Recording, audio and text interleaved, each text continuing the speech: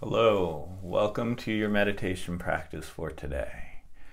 We are here for part 2 of a 2-part series on something called parts work. I gave you a pretty decent, though very succinct outline of this idea that there's a multiplicity to who we are. There's a plurality to our minds. As my first teacher, Vinnie Ferraro, used to say, the mind has a mind of its own. And actually, yes, and the mind actually has minds, plural, of its own. All these different parts of us that hold our hurts and our regrets and our shame and our terror, parts of us that just manage our lives and strategize and plan and laundry list and fantasize and distract us so that we, don't have to deal with this stuff over here. And then other parts of us that are more extreme, that fly off the handle or get really rigid and start making rules and never again, or get compulsive about, self-medicating. I do this because that's my self-medication is eating. And how really all of these different parts of our minds, these different energies of our psyches, right, are very much like an inner household of all these different personalities, and it's not, again, that you have multiple personality disorder, but just as like everybody gets sad, but they don't necessarily go to the extreme of clinical depression, and everybody gets stressed out, but they don't necessarily go to the extreme of panic disorder, and everybody spaces out, but do they actually, enter into what's called dissociative fugue, where you lose track of this world and this reality? In that same way, we all have multiple personalities, but we don't necessarily go to the extreme of multiple personality disorder, wherein we lose a sense of a continuous self. And so last time we worked a little bit with some of the defensive parts of us, our managers, and maybe even our firefighters, if there was some freak out. And today I want to talk about, very briefly, and then I actually want to practice with our inner children. And it's not an inner child, it's inner children. We have multiple. And, these are the parts of us that got frozen in time when we went through something that was distressing. And I mean, just think about all the names you got called in school growing up.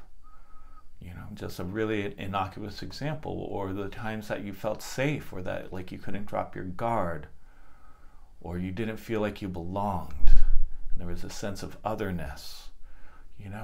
These sorts of experiences, parts of us kind of stay there in a way. They don't mature. They stay in those moments, and they stay holding our hurts and our burdens.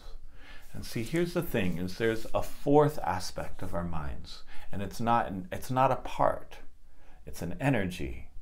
And it's the energy that you feel when you are curious or caring or compassionate or calm and open and connected and spacious, right? That which we call in Buddhism, Buddha nature, or in the Vedic tradition, they call it the self with a capital S, or divine spark, or source energy, or whatever you want to call it. It's who we truly are. It's how we were born, actually. If you look at little babies and how they have natural empathy, they feel into what other people are feeling, and they respond to it, and they're quick to laugh, and they're quick to freak out too, right? But if something happens to them, they're not neurotic about it and inhibited about it. They just have that freak out, and then they return to some other state, later, like a little kid who doesn't want peas, and I hate peas, and why'd you give me peas, Mom? And then like 5 minutes later, they're playing with their toys. They got it out, right? That's how we were born. And then the shit started hitting the fan, and things got much more complex, to say the least.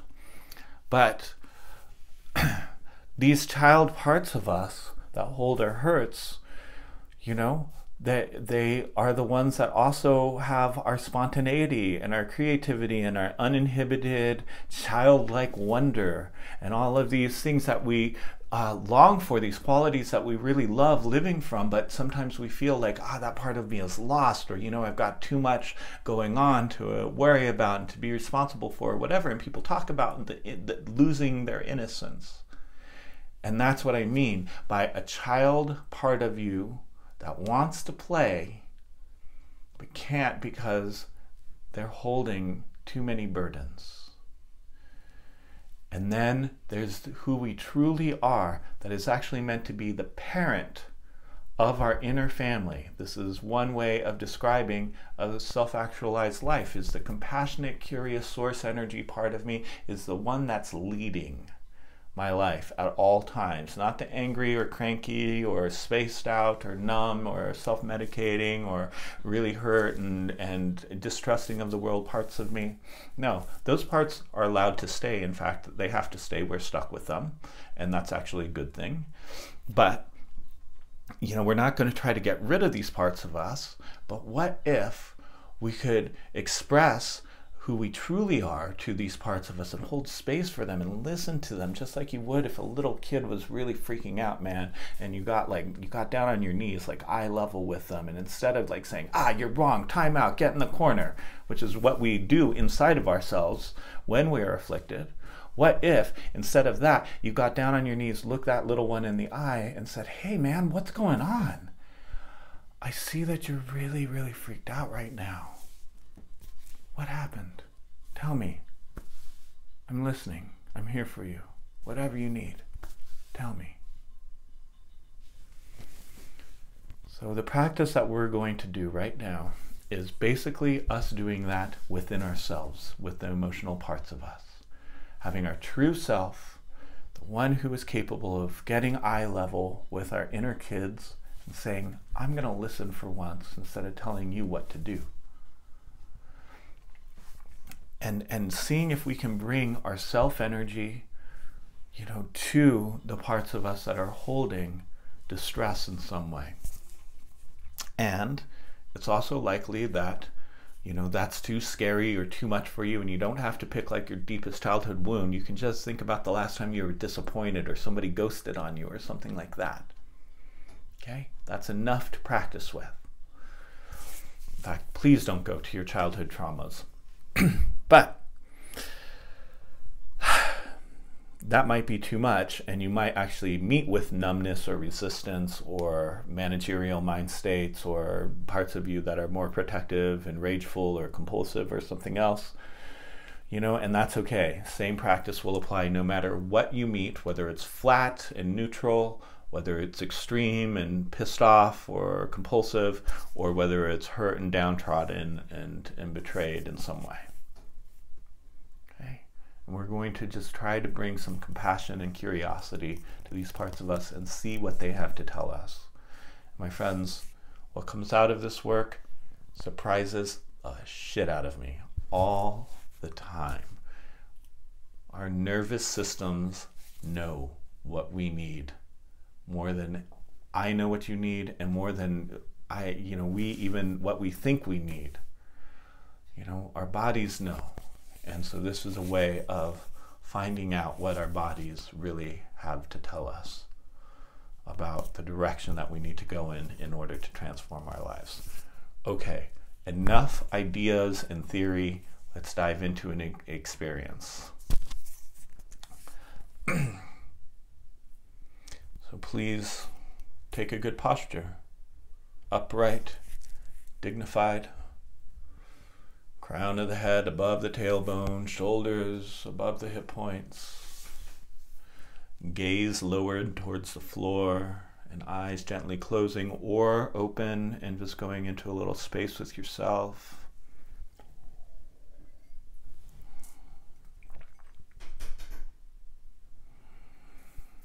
Let's take a really deep breath. Let it go.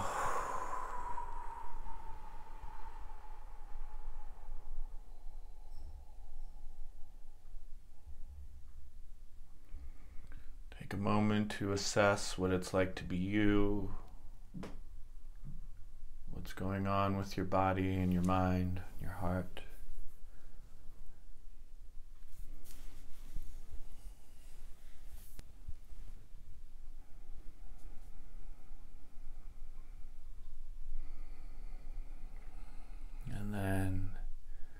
Let's begin the process of belly breathing to set the tone. So deep breath in through the nose, breathing all the way down to the lowest part of the belly beneath the navel, and exhaling through the nose or the mouth. And we're just going to breathe like this, letting the body gradually soften, soften, soften for the next 3 minutes.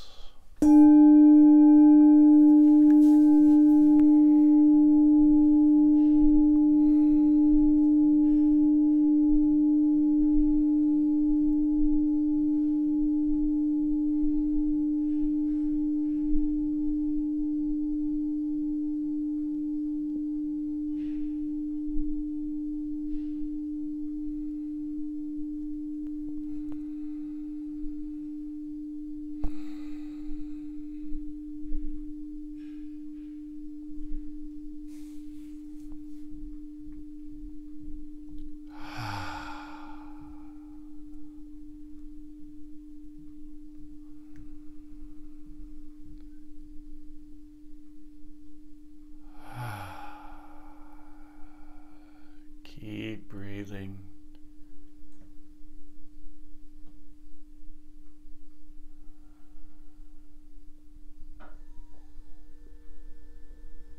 And just try letting your skin really soften. Let it be so, so soft. The skin of your face, of your arms, just everywhere you can find skin outlining your body with your mind's eye. Go to it and let it become so, so soft as you keep breathing for 1 more minute.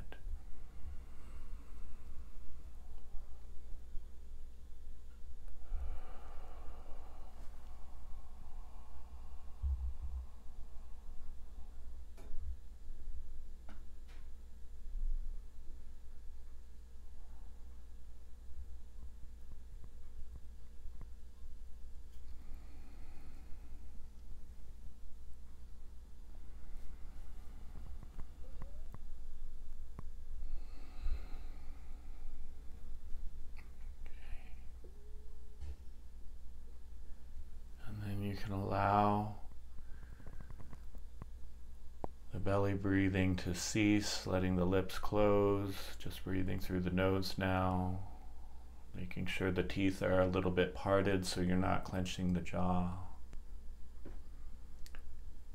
And moving your attention up to the center of the chest, the space of the heart, and just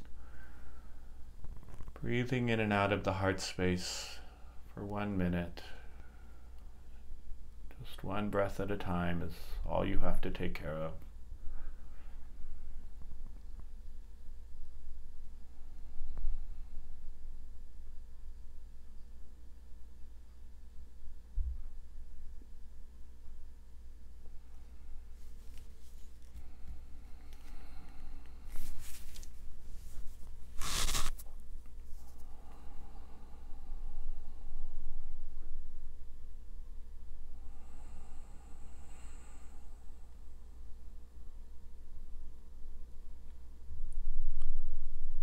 And as you breathe,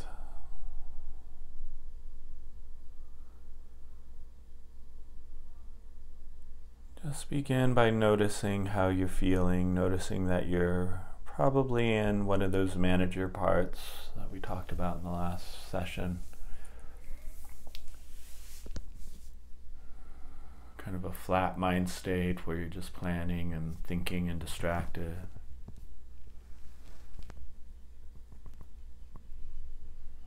Once again, just saying thank you to this part of you, seeing if you can find some curiosity, some appreciation inside you as you begin focusing on this manager part of you.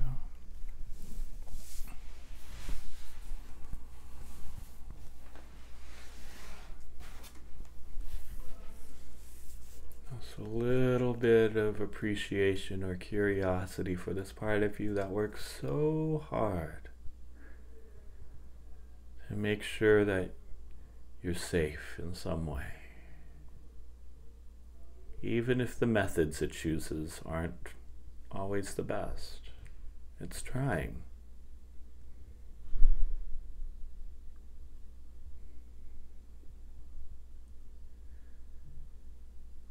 And so, thank you. I see you.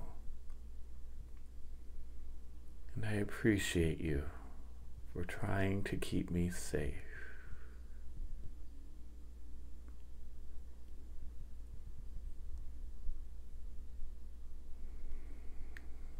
And then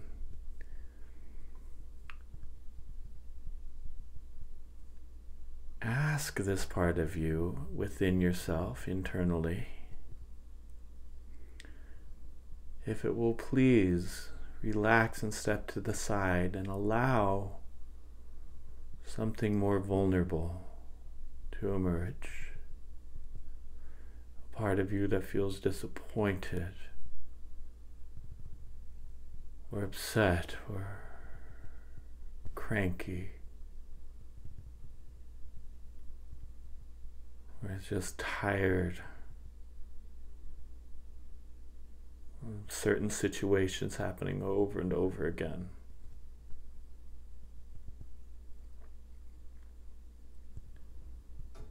Will this manager just relax and stand to the side and allow something deeper to emerge? Some part of you that you've been holding at bay, not wanting to deal with. They are welcome here to come forward into the space of your awareness.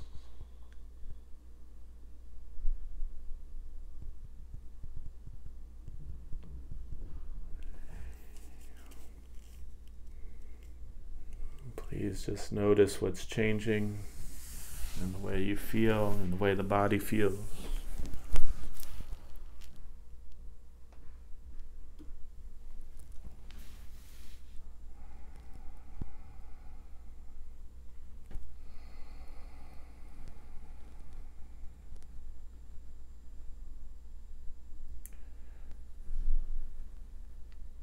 You might be meeting with numbness or distraction or resistance or something that feels like quote unquote the wrong thing, and it's not. This is the right thing. Whatever's coming up for you, including the feeling of not getting it or it's not working, that's the part of you that you're working with here. So please allow it, please notice it, focus on it inside.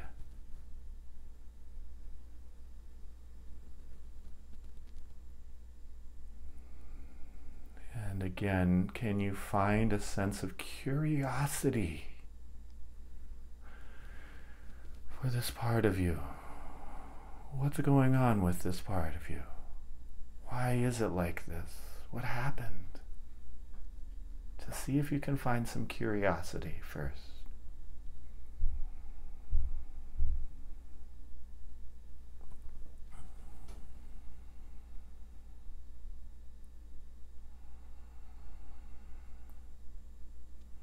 Okay. And then try extending that curiosity towards this part of you.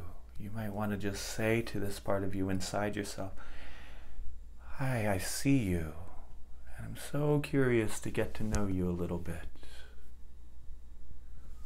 Or just offer the feeling of your curiosity to this part and notice what starts to happen. Notice if you get a response, which can come in words or feelings or sensations. Try that now, please.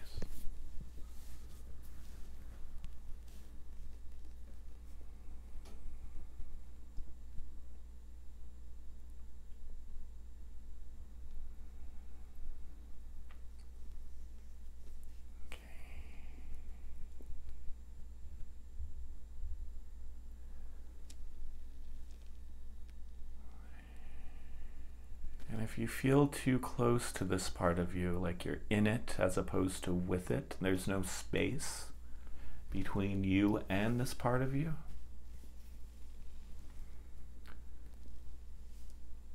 ask this part if it will please just let you separate from it without pushing it away. Just please, will you please let me be separate from you,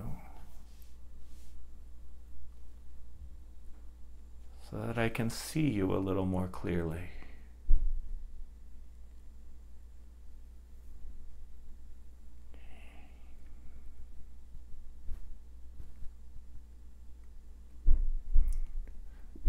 Can you see how this part of you is struggling? And how much you've abandoned this part of you?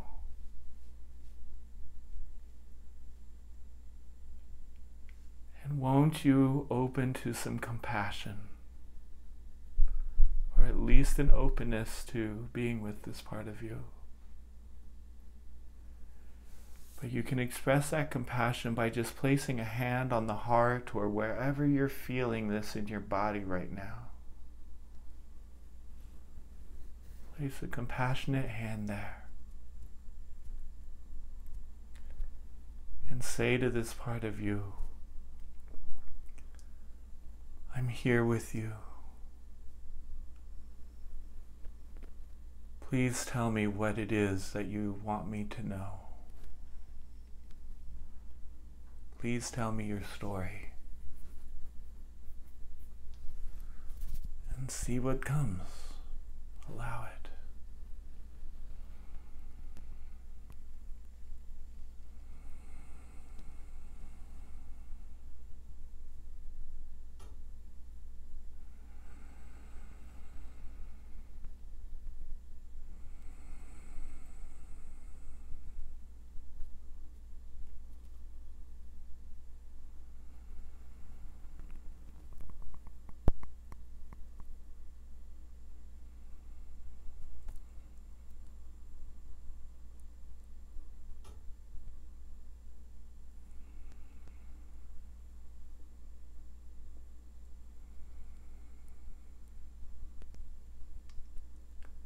Look into her eyes.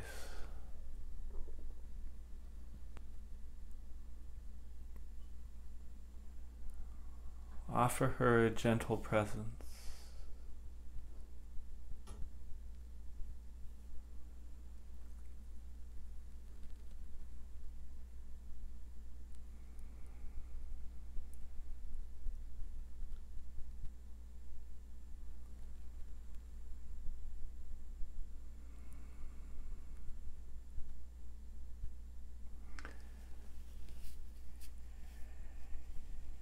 Just 10 more seconds. You can pause if you need to stay in this space a little longer, but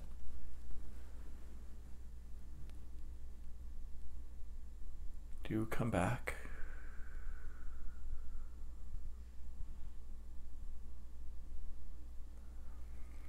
And now, just ask this part of you, if you didn't have to be so weighed down by all of this, what would you rather be doing? What would you rather do?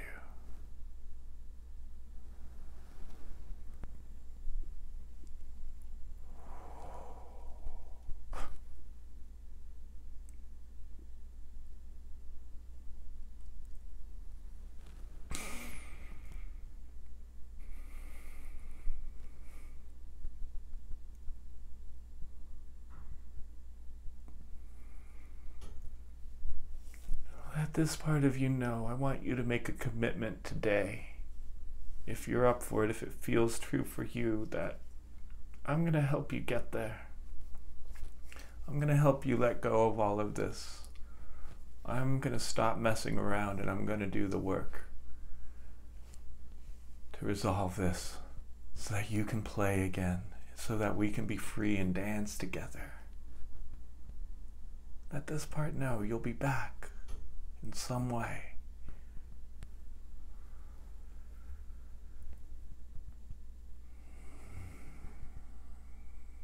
But it's time to say goodbye for now. So we're going to do 3 cleansing breaths in just a moment, but I want you to just breathe in as big as any emotions you're feeling right now. Try this for 3 breaths. Breathing in as big as any of the emotions as you're feeling right now. Ready? And release with some sound. Ah.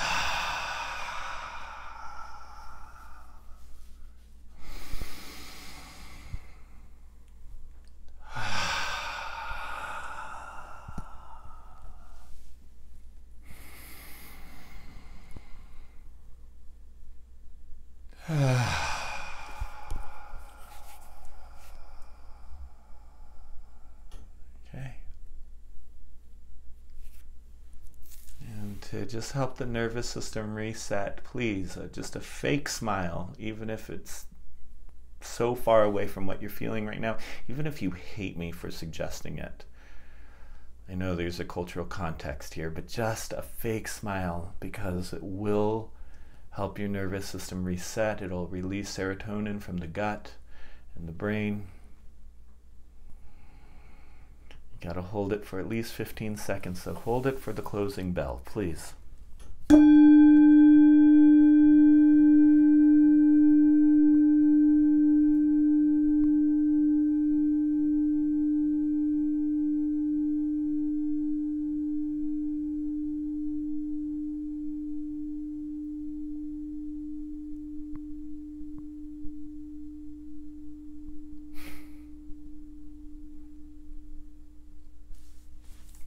And just transition very gently from your practice.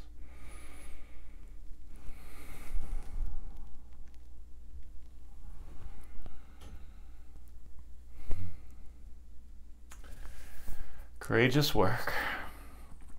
Welcome back, and I kept you a little long today, and for that I do apologize. However, it was really important to me that I expose a little bit of this work, and I mean, that is like dipping our toe into a very, very deep pool.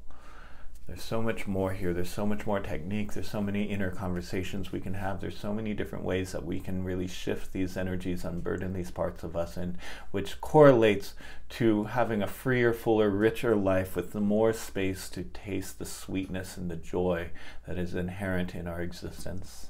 That's the point. So I hope you sense that a little bit as you proceed into your day from this video.